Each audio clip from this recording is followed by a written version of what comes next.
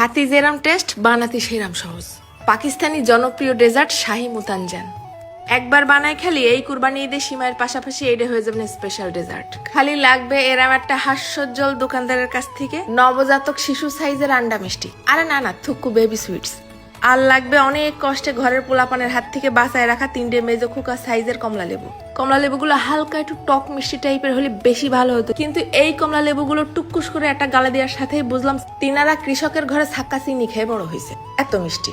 তারপর পোস্টমর্টমের কাজটা সেরে ফেলে 1 কাপ পানির সাথে নিয়ে নিলাম ব্লেন্ডারে। দুটো সাইডে ঘুরলি দিয়ে ফেলাই দিতে হবে একটা ছাকনির মধ্যে। চামচ দিয়ে ঘুটে ঘুটে নাড়ি ভুড়ি কিছু রাখবো না, লাগবে খালি রস। সেকে নেওয়ার পর পায়ে গেলাম 1 কাপ অরেঞ্জ জুস। মনে হচ্ছে তুলে নিয়ে শুরুত করে একটা চুমুক দেই, কিন্তু মুতানজানের কথা চিন্তা করে তা তো আর এখন করলে হবে না। ঢাইলে দিলাম 1 কাপের মতন চিনি, নাড়ে চাড়ে অরেঞ্জ জুসের সাথে মিশাই নেব।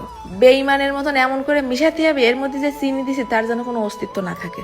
এরপর গামলার মধ্যে ঢেলে নিলাম 1 গ্লাস বাসমতি চাল, 2 হাত লম্বা লম্বা, যে চালটা দিয়ে আমরা কাচ্চি খাই। ভালো করে ধুয়ে নিয়ে বরকতের আশায় চালটা ভিজে রাখতে হবে না ঘন্টা খানিক, ফুলে ডবল হোক। এই ফাঁকে নিয়ে নিছি পয়সা দিয়ে দোকানদারের কাছ থেকে চাই নিয়ে আসা জগতের যত ড্রাই ফ্রুটস, কাজু বাদাম, কাঠবাদাম, মোনাক্কো কিসমিস, আখরোট আর সাদা কিসমিস। তোমরা এই জায়গায় নারকেল, চীনাবাদাম যা মন চাই তাই দিতে পারো, তবে বিভিন্ন রকমের বাদাম হলে মুতানজানটা দেখতে সুন্দর লাগে। এবার নিয়ে নিছি 1 হাঁড়ি পানি, তার মধ্যে দিয়ে দিলাম 3টে 4টে এলাচ আর 2 পিস দারচিনি, একটা দিচ্ছি আবার তেজপাতা আর একটুখানি জয়ত্রী 2টো পাপড়ি। ধৈর্য ধরে পানিটা ঘোড়ার মতন টকবক করে ফুটাই নেবো। এবার ওই যে চালটা ভিজিয়ে রাখলাম সেই চালটাও সুন্দর করে পানিতে সেকে নিলাম। এধারে পানিটাও ফুটে উঠিছে, আর কোনো টেনশন নেই।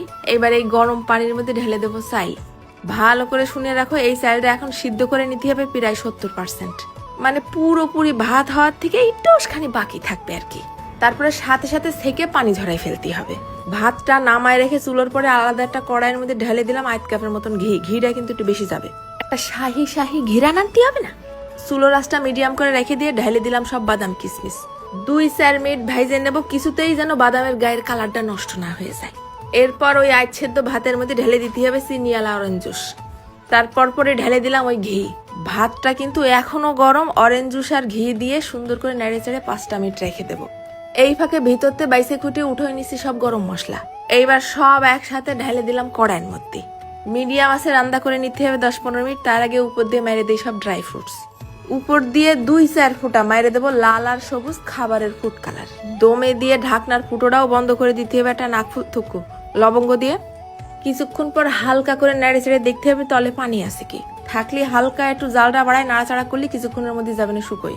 তারপর পরে নামায় উপর দিয়ে বিছিয়ে দিতে হবে ওই ছোট্ট বেবি সুইটস।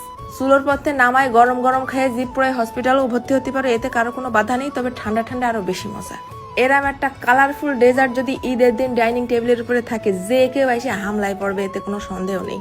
সবসময় মনে রাখবা চিনিয়ালা ভাত কখনো ভাঙে না বা গলে যায় না। দেখিছো কি ফাইন ঝরঝরে হয়েছে। এরাম বাটিতে করে শুধুও খাতে পারো, আবার ভরপুর গোস্ত পোলাও খাওয়ার পর শেষ পাতে একটুখানি নিয়ে চাকুম চুকুম করে খাইয়ে উঠতে পারো। একটু অরুচি লাগবে না, একঘেয়েমি লাগবে না, মুখ মেরে আসবে না, কারণ ভিতরতে আসতেছে ছাক্কা কমলা লেবুর মিষ্ট ঘেরান। 1 চামচ গালে নেওয়ার পর পুরো বাটি খালি না করে ওঠা অসম্ভব। আগে ভাগে একবার বানাই খাইয়েই দেখিনি মিথ্যে করছি কি। চলে গেলাম, ধন্যবাদ।